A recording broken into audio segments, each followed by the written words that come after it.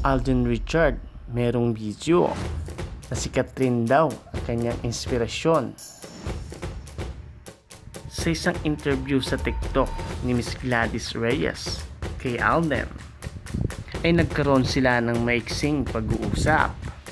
At yan ang pag-uusapan natin ngayon. Kung bago pa lang sa aking channel, huwag kalimutan mag-like, comment, share at subscribe. At i-on mo na rin notification bell para palagi kang updated sa aking mga videos.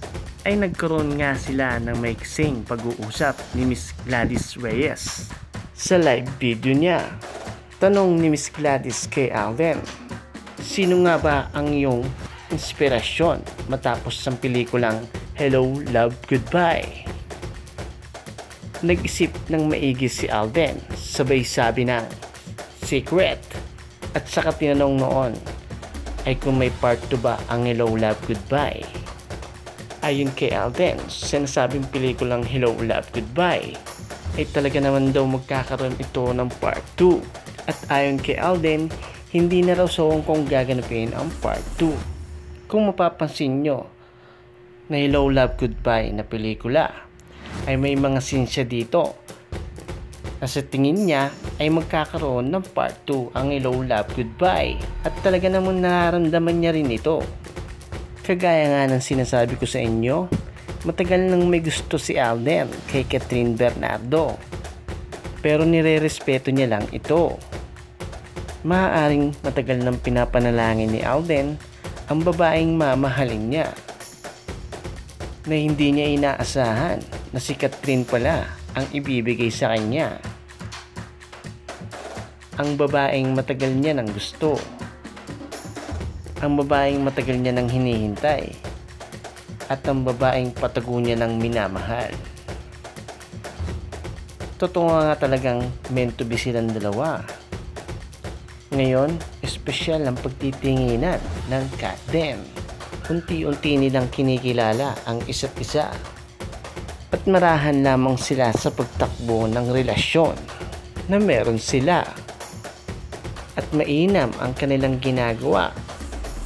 Makikita na genuine talaga ang ginagawa nilang love sa isa't isa. At yes, may mutual understanding sila sa pareho nilang nararamdaman. Pero nire-respeto pa rin nila ang desisyon ng bawat isa. Ang mga plano at mga gusto pa nilang gawin ay sinusuportahan lang nila ang bawat isa. Mukhang lahat ng kasagutan ni Alden noon ay kay Catherine niya na i-apply ngayon. Bagamat ay wala pang update sa Catherine, pero alam naman natin na meron itong malalim na dahilan. Pero wag tayong mag-alala, kahit walang update ang Alden, ay meron pa rin tayong mga source. At para kahit papaano, ay meron pa rin tayong update tungkol sa kanilang dalawa. Pero hintayin lang natin sa mga susunod na araw o panahon, ay siguradong magkakaroon na ng update ang Catden. Alam naman natin na tuwing gabi naglalabas ng update ang Catden. At pag naglabas sila ng update, ay talaga namang apaw ang kilig ng Catden fans. Kaya naman, panatilihin nyo lang nakatutok dito sa aking YouTube channel na Team Chismax.